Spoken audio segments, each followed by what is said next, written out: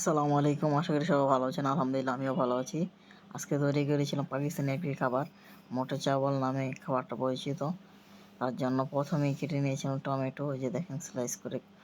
আর গরুর মাংসের বদলে আমি মুরগির মাংস ইউজ করছিলাম। এই দেখেন, প্রথমে এগুলা সব সিদ্ধ করার জন্য পেঁয়াজ, মরিচ, ওই যে রসুন এবং আদা বাটা সব নিয়ে নিয়েছিলাম। তারপর এক গামলা পানি দিয়ে দিলাম এটার ভিতরে, যাতে সিদ্ধ হতে সুন্দর সিদ্ধ হয়। তারপর পরে এই যে চাল নিয়ে নিয়েছিলাম, এখানে 2.5 পট চাল, 2 পট ডাল নিয়ে নিয়েছিলাম।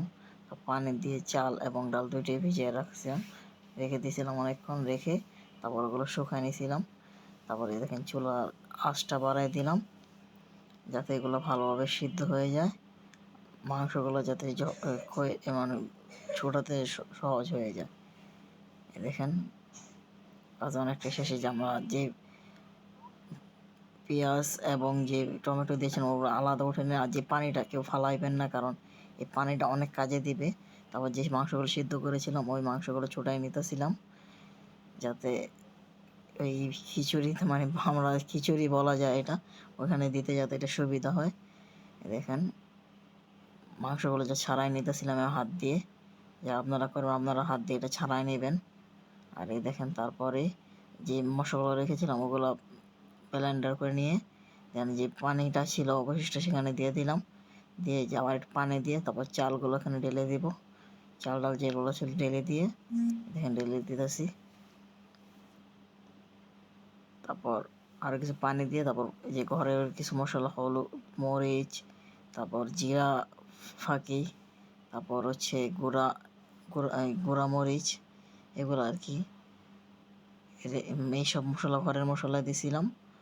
আর এই দেখেন তারপর যে খাঁটি ঘি দিয়েছিলাম, বেশ ঘিয়ের পরিমাণটা ভালো পরিমাণে ঘি দিয়েছিলাম। কিন্তু দুঃখজনক ব্যাপারে লবণটা একদম কম দিয়ে ফেলছিলাম, লবণটা আরও বেশি দেওয়া দরকার ছিল। তারপরে যে আবার একটু লাড়া দিয়ে দিলাম প্রথমে এগুলো দিয়ে, যাতে নিচে না লাগে। লাড়ার পরে অনেকক্ষণ 20 মিনিটের মতো তারপর আমরা রেখে দেব, যাতে এটা সিদ্ধ পানিটা শুকায় যায়। দেখেন পানি অনেকটা শুকায় গেছে।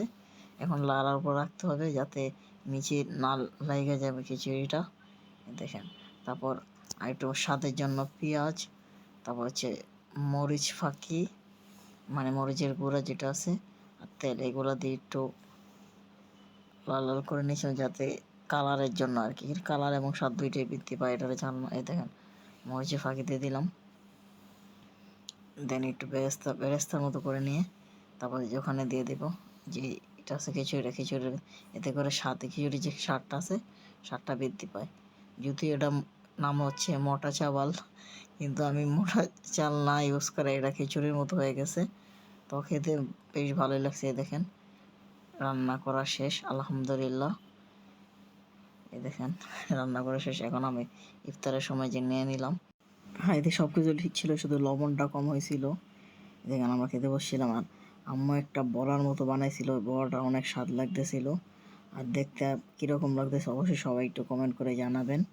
আর আপনাদের যদি রেসিপিটা ভালো লাগে অবশ্যই কমেন্ট করে জানাবেন, এবং ভালো লাগলে অবশ্যই ভিডিওটা শেয়ার করে দেবেন এবং পেজটাকে ফলো দিয়ে দেবেন। আর যারা ইউটিউব থেকে দেখতেছেন অবশ্যই সাবস্ক্রাইব করে দেবেন। ধন্যবাদ সবাইকে।